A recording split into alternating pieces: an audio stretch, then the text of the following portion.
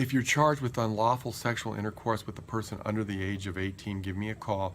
I've been handling these type of cases for the past 25 years. I know how they're dealt with by the prosecutors. I know how they're dealt with by the judges. So if you're innocent and you need an attorney, you've come to the right place, because I know all the defenses to these crimes.